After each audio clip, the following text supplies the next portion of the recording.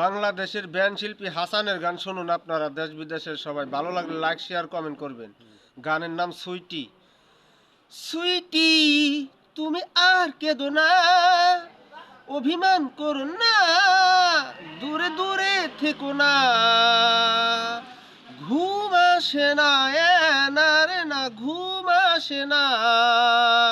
সুইটি তুমি আর কেঁদো না, অভিমান করো না, দূরে দূরে থেকো না, ঘুম আসে না, না রে না, ঘুম আসে না।